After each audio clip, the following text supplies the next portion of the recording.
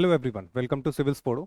अभी हम देखेंगे कि बीपीएससी के मेंस में यानी जीएस पेपर 1 में डीआई का पार्ट बहुत इंपॉर्टेंट है और उसके अंदर कैसे हम फुल मार्क्स स्कोर कर सकते हैं। लाइक डीआई है वो 72 मार्क्स का होता है फर्स्ट पेपर के अंदर, और इसके अंदर कैसे हम फुल स्कोर कर सकते हैं, क्योंकि बहुत सारे बच्चे इसमें फुल मार्क्स स्कोर करते हैं, तो हम भी कैसे उसमें फुल मार्क्स स्कोर कर सकते हैं। That is going to be the topic today, right. So सबसे पहले हम समझते हैं कि पेपर का पैटर्न क्या है, क्योंकि स्कोर करने से पहले हमें यह समझना पड़ेगा कि what is the pattern of the paper. Paper का पैटर्न समझने के लिए हमें देखना पड़ेगा किस टाइप के क्वेश्चन पूछे जाते हैं और क्या उसके अंदर पूछा जाएगा और क्या आपको आंसर करना है। So that is important thing. यानी कि जो आपका पेपर 1 है उसके अंदर everything is about DI. Statistics उस पेपर का नाम है, पर स्टैटिस्टिक्स के क्वेश्चन सब होते नहीं, डीआई के क्वेश्चन होते हैं। So DI is the important thing. उसके अंदर आपको देखो तो ग्राफ आते हैं चार टाइप के, चार क्वेश्चन होंगे आपके पास ऑप्शन में। यू विल हैव 4 क्वेश्चंस और 4 में से आपको सिर्फ 2 आंसर करना है। सो आप 2 चूज कर सकते हो, 2 आउट ऑफ 4। सो आपके पास 4 क्वेश्चन होंगे तो 4 टाइप के ग्राफ भी होंगे। First thing is tables. आपके पास टेबल होगा, आप इस टेबल को देख सकते हैं और ऐसा ही टेबल आपके एग्जाम में होगा। This is exactly from the previous year paper. दूसरा ग्राफ होगा बार ग्राफ। ये दूसरे क्वेश्चन का ग्राफ है, बार ग्राफ। तीसरा हो सकता है पाई चार्ट और चौथा होता है लाइन ग्राफ। ठीक है, ये 4 टाइप के क्वेश्चन आपसे पूछे जाते हैं। Tables, pie chart, bar graph and line graph, ये 4 टाइप के क्वेश्चन ही पूछे जाएंगे। इसके अलावा और कोई क्वेश्चन का टाइप अभी है नहीं। पिछले कई सालों से बीपीएससी ऐसे ही क्वेश्चंस पूछते आ रही है।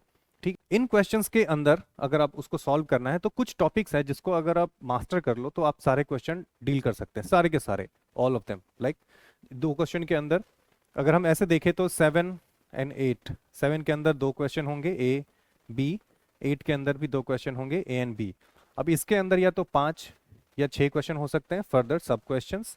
फिर इसके अंदर 5 या 6 हो सकते हैं, मोस्टली 5 होते हैं, एक में 6 होता है। सो अगेन यहाँ भी 5 6, यहाँ भी 5 या 6, राइट। अब इसमें से आप कोई एक यहाँ से चूज कर लो और कोई एक यहाँ से चूज कर लो। This is how you have to answer the question. अब इसके अंदर अगर आप इन सारे क्वेश्चन को सॉल्व करने जब जाते हैं, इसके अंदर you will have few topics only. उन सारे टॉपिक्स को अगर मास्टर कर लिया then you can answer any question. वो टॉपिक्स क्या क्या है? तो सबसे पहले है परसेंटेज, ठीक है। जो सेकंड टॉपिक है वो है एवरेज। थर्ड टॉपिक है रेशियो और प्रॉफिट लॉस, प्रॉफिट लॉस। और चौथा एक सब टॉपिक है, बहुत छोटी सी चीज़ है जिसमें आपको सम या डिफरेंस करना पड़ेगा। तो वहाँ पे आप या तो आप डिफरेंस निकालोगे या फिर आप सम निकालोगे किसी डेटा का। ठीक है, बस ये करना पड़ता है। तो बेसिकली मोटा मोटी आप ये मान लो कि इतनी ही सारी चीज़ें आपको करनी पड़ेंगी, percentage, average, ratio, profit loss and difference and sum. अगर ये सारे टॉपिक्स आपने मास्टर कर लिए तो डीआई में कुछ नहीं बचता, इसके अलावा और कुछ पूछा ही नहीं जाता। दिस इज द इजिएस्ट जहाँ पे आप मेंस के अंदर 72 मार्क्स स्कोर कर सकते हैं और उसके लिए आपको बहुत ज़्यादा मेहनत करने की भी जरूरत नहीं पड़ेगी, राइट। सो ये सारे टॉपिक्स इंपॉर्टेंट हैं।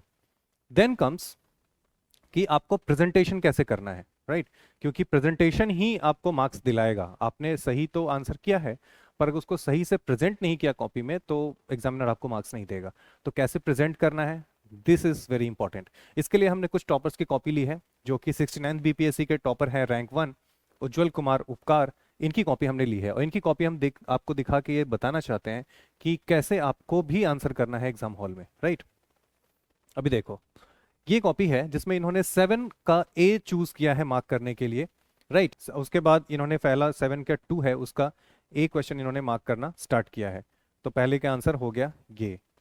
उसके बाद 7.2 के बी के ऊपर इतना इंफॉर्मेशन है और 7.2 का बी यहाँ पे उनका सोल्यूशन है, ठीक है। 7C का देखो तो 7C के ऊपर ये इंफॉर्मेशन है और 7C2 का 7 के 2 का सी का ये आंसर है, राइट। फिर 7D का उसको यहाँ पे सॉल्व किया है एंड आगे इसका आंसर है, राइट। उसके बाद और ये साथ साथ आपको दिखा रहे हैं कि कितने मार्क्स मिले इनको। सारे के सारे फुल मार्क्स मिले हैं हर क्वेश्चन के ऊपर, क्योंकि ये सारे 6 मार्क्स 6 मार्क्स 8 और 8 अगेन 8 अगेन, ये इनको फुल मार्क्स मिले हैं। तो आउट ऑफ 36 इनको पूरे के पूरे 36 मार्क्स मिले हैं एक क्वेश्चन के ऊपर।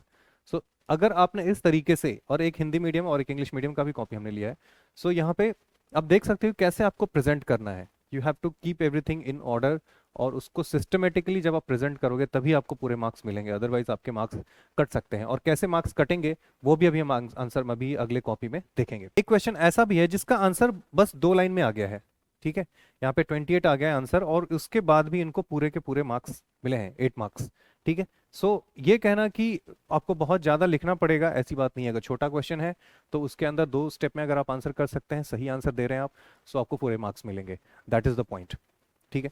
सो यहाँ से आप देखो कि आपको पूरे मार्क्स मिल रहे हैं। एक अगली कॉपी, इसके बाद इनका दूसरा है, क्योंकि पहला क्वेश्चन था, ये दूसरा है जिसमें 8A का आंसर किया इन्होंने। तो अगेन 8A का ये यहाँ पे सोल्यूशन है, दिस इज द आंसर, ठीक है। 8B का ये सोल्यूशन है। उसके पहले 8 में इन्होंने कुछ एक टेबल बना दिया है पहले, दिस इज इंपॉर्टेंट, ये आपसे पूछा नहीं गया है, ठीक है, ये आपके एग्जाम का पार्ट नहीं है, क्वेश्चन का पार्ट नहीं है, लेकिन इन्होंने फिर भी एक टेबल बना दिया है ताकि बार बार यहाँ से क्वेश्चन में रेफर ना करना पड़े, इस टेबल से वो डेटा निकाल करके और बार बार सॉल्व कर सकते हैं। प्लस एग्जामिनर को भी पता है कि इस टेबल का क्या इंपॉर्टेंस है, इसलिए ये बनाना जरूरी है। This gives you extra weightage in your answer sheet, ठीक है। इसलिए इस तरीके से टेबल अगर आपको जरूरत पड़ती है तो आप जरूर बनाएं, दिस इज वेरी इंपॉर्टेंट। उसके बाद इन्होंने फर्स्ट क्वेश्चन का आंसर किया है, ठीक है, सेकंड का आंसर किया है, यहाँ पे सेकंड का आंसर है, राइट। सेकंड थर्ड है 8-1 का सी है, जो कि गलत हो गया है। तो ऐसे गलत अगर हो जाए तो आप उसको इजीली ऐसे क्लियरली काट सकते हैं, इसको ज़्यादा ये ऐसे नहीं करना चाहिए था, पर ये क्लियरली ऐसे काटा है, दैट्स अ गुड थिंग। इससे पता चलता है कि इन्होंने सही तरीके से अटेम्प्ट किया है क्वेश्चन को। उसके बाद आप यहाँ देखो तो 8 का डी है, जो फोर्थ क्वेश्चन है, उसका आंसर यहाँ पे है। 8 के ई का अगेन आंसर यहाँ पे है, और इन सब में इनको फुल मार्क्स मिले हैं, 7 7 8 8, ठीक है। 7 अगेन यहाँ पे, क्योंकि सारे आंसर सही है, सारे स्टेप्स सही फॉलो किए गए हैं, तो इसका मतलब है कि आपको फुल मार्क्स मिलेंगे, right. So the idea to show the reason behind to showing this, the reason behind I am showing this copy is this, कि आपको समझ में आए कि कैसे इसको आंसर करना है, ठीक है। एक दूसरी कॉपी देखते हैं जिसके अंदर अगेन फिर से वैसी ही बात की गई है, और मैं यहाँ पे ये भी दिखाऊंगा कि कैसे आंसर मार्क्स आपके काटे जाते हैं और क्यों काटे जाएंगे, right, that is also very important. So आप देखो यहाँ पे 7 का 2 लिया इन्होंने, राइट, और ये अगेन जयंत झा की कॉपी है, ठीक है, रैंक 206 अगेन 69 बीपीएससी। यहाँ से आप देख सकते हो कि और बीपीएससी में एक बड़ी खास बात है कि इसमें हिंदी वाले टॉप करते हैं और यूपीएससी में मोस्टली इंग्लिश वाले टॉप करते हैं। सो ये एक बड़ी इंटरेस्टिंग चीज़ है जो आपको ध्यान में रखनी चाहिए। सो जो लोग हिंदी मीडियम से लिखते हैं बीपीएससी, उनके लिए एक एक्स्ट्रा बेनिफिट है, क्योंकि उनको मार्क्स ऐसे वगैरह में एक्स्ट्रा मार्क्स मिलते हैं। पर डीआई में ऐसा कोई डिफरेंस नहीं है, इंग्लिश हिंदी दोनों में ही सेम तरीके से ही मार्क्स दिए गए हैं, वो अभी हम देखेंगे। अब इनकी कॉपी देखते हैं। सो फर्स्ट इन्होंने अगेन यहाँ पे 7 के 2 का आंसर दिया है, this is again very short answer, 2 line के अंदर इन्होंने आंसर दिया है और पूरे मार्क्स मिले हैं, सिर्फ 2 लाइन का आंसर और पूरे मार्क्स मिले हैं, ठीक है। सो आप समझ सकते हो कि कितना इजीली आप मार्क्स स्कोर कर सकते हो डीआई में। अगर डीआई में अच्छा किया है then you are going to score a good mark, ठीक है। उसके बाद अब देखो तो 7 का सेकंड क्वेश्चन है, ये उसका आंसर यहाँ पे है, ठीक है, ये आंसर है आपका। और आंसर को इन्होंने प्रॉपरली राउंड करके एक बॉक्स में डाल करके आंसर लिख दिया है क्लियरली, ताकि पता चल जाए एग्जामिनर को कि आंसर कहाँ पे है, वो ढूंढना ना पड़े। तो इस तरीके से आपको हाईलाइट करना जरूरी है। ये उन्होंने काटा बहुत अच्छा है कि इससे बहुत ही क्लियरली दिख रहा है कि ये काटा हुआ है, प्लस गंदा भी नहीं कर रहा कॉपी को, ठीक है। जो जैसे हमने पहली कॉपी देखी थी उतना गंदा नहीं करना है। अगर आपकी गलती हो जाती है कहीं पे, so you just have to cross it once और ट्वाइस, जिससे पता चल जाए कि आंसर ये गलत है, ठीक है। उसके बाद इन्होंने यहाँ पे फिर से क्लीन इसको क्लियरली सॉल्व किया है काफ़ी क्लैरिटी के साथ, और ये उसका आंसर है। ये फिर थर्ड क्वेश्चन है, अगेन यहाँ पे गलती हो गई है। तो देखो बार बार गलती हो रही है फिर भी इस does not make any sense, ये कोई आंसर शीट पे फर्क नहीं पड़ रहा, उसके मार्क्स पे ज़्यादा कोई असर नहीं डाल रहा। So this is also very important thing. फिर अगेन उसका आंसर है यहाँ पे, ये आंसर है। फिर डी है, उसका आंसर यहाँ पे है, और ई का आंसर यहाँ पे है, लेकिन इनको यहाँ पे मिले हैं सिर्फ 2 नंबर, ठीक है। क्योंकि हमने देखा कि जो हिंदी वाले थे उन्होंने भी एक लाइन में आंसर दिया था लास्ट क्वेश्चन का, उसको फिर भी उन्होंने उनको पूरे मार्क्स मिले थे। पर यहाँ पे देखो तो सेम एक सेंटेंस का आंसर है यहाँ पे, पर फिर भी क्योंकि आंसर ही गलत है इसलिए यहाँ पे सिर्फ 2 नंबर मिले हैं, राइट। तो ये चीज़ आपको ध्यान रखनी है कि अगर आपने एक स्टेप में भी लिखा है लेकिन अगर आपका आंसर गलत हो गया तो आपको सिर्फ 2 नंबर मिले हैं। हो सकता है अगर और सारे स्टेप्स होते तो 2 नंबर और मिल जाते, पर this is how it works, ठीक है। तो आपको इस बात का ध्यान रखना है कि अगर आपका आंसर गलत नहीं होना चाहिए, अगर आंसर गलत हो जाता है तो आपके मार्क्स काट लिए जाएंगे। और यहाँ पे 6 मार्क्स का डिफरेंस है, क्योंकि 8 नंबर का क्वेश्चन था ये, तो 6 नंबर काटे गए हैं और 6 नंबर का इनको नुकसान होगा, और 6 नंबर बहुत होते हैं जिसकी वजह से इनका रैंक भी काफ़ी नीचे है। ठीक है, उसके बाद ये अगला क्वेश्चन देखो तो इसमें 26.88 सेम चीज़, उसका क्वेश्चन भी ये है, एक छोटा सा क्वेश्चन है जिसके ऊपर एक आंसर दिया गया है, और बिकॉज ये आंसर गलत है इसकी वजह से इनके नंबर काट लिए गए हैं। राइट, देन हम आगे बढ़ते हैं और देखते हैं अगला। अगेन यहाँ पे एक टेबल बना दिया गया है। ठीक है, following table has been derived below. तो ये एक टेबल हर क्वेश्चन में जहाँ पे भी आपको ज़रूरत फील होती है वहाँ पे वो table banana is very important, क्योंकि वो टेबल जब आप बनाओगे तो वो एक एक्स्ट्रा वेटेज देता है आपकी कॉपी को, और आपका आंसर शीट ज़्यादा लेजिबल लगता है, ज़्यादा कह सकते हैं वैलिड लगता है, उसका वेट हो जाता है, वो ज़्यादा सुंदर लगता है, तो आपको एक्स्ट्रा मार्क्स स्कोर करने में मदद करेगा। और साथ ही साथ आपको आंसर सॉल्व करते समय भी टाइम बचाएगा, क्योंकि एक बार आपने टेबल बना लिया तो इस टेबल की वजह से आपको टाइम बचेगा, आपको बार बार जाके हर क्वेश्चन में डेटा डराइव करने की जरूरत नहीं पड़ेगी। राइट, सो इस तरीके से फिर फर्स्ट क्वेश्चन यहाँ पे सॉल्व किया है, उसका आंसर यहाँ पे दिया है। सेकेंड क्वेश्चन सॉल्व किया है, उसका आंसर यहाँ पे आया है। थर्ड क्वेश्चन, सेकेंड क्वेश्चन का सॉल्यूशन है ये, थर्ड क्वेश्चन यहाँ पे है, उसका आंसर है। ठीक है, ये थर्ड क्वेश्चन का आंसर हो गया। देन फोर्थ का अगेन यहाँ पे आंसर है, और अब देख रहे हो कैसे तरीके से बहुत क्लीनली, अच्छी राइटिंग के साथ, इनकी राइटिंग भी काफ़ी अच्छी है, अच्छी राइटिंग के साथ इन्होंने क्वेश्चन को सॉल्व किया है। That is also very important, आपको ये भी ध्यान रखना है। राइट, और इस तरीके से फिर लास्ट क्वेश्चन यहाँ पे आता है, और इन्होंने सारे क्वेश्चन सॉल्व कर दिए। तो इनका जो सेकेंड क्वेश्चन है पेपर का, दैट इज़ करेक्ट, लेकिन फर्स्ट में एक गलती थी जिसकी वजह से इनके मार्क्स काट लिए गए हैं 6 नंबर का, और इनको फाइनली मिलेगा 66 मार्क्स, क्योंकि 72 का टोटल है, तो इनका मार्क्स आता है 66। राइट, सो आप गलती भी नहीं कर सकते, गलती करोगे तो आपके 6 नंबर काट लिए गए हैं, and that is very significant. 6 marks is not easy to get, है ना, जीएस के पेपर में स्पेशली। सो यहाँ पे हमने क्या देखा कि आपको कैसे प्रेजेंट करना है। द फर्स्ट थिंग इज कि आपको कैसे प्रैक्टिस करनी है, प्रिपरेशन कैसे करनी है, और प्रेजेंटेशन। तो हम इससे आगे बढ़ते हुए कंक्लूजन जो निकालेंगे कि हमने क्या सीखा यहाँ पे, जो चीज़ हमने सीखा है यहाँ पे 3 पीस में हम इसको समराइज कर सकते हैं। प्रिपरेशन, किन सारे चैप्टर्स की प्रिपरेशन करनी है, आपको क्या वहाँ पे ध्यान रखना है, that is important. Then practice, क्योंकि इतना सारा आपको 3 घंटे का पेपर है, इसमें से 72 मार्क्स का है आपका डीआई। सो डीआई में आप 30 टू 40 मिनट्स के अंदर ही आपको ये निपटाना होगा। अगर इससे ज़्यादा टाइम ले रहे हो तो आपका जीएस का मार्क्स कम हो जाएगा, क्योंकि उसमें लिखना काफ़ी होता है, दैट इज़ टाइम टेकिंग।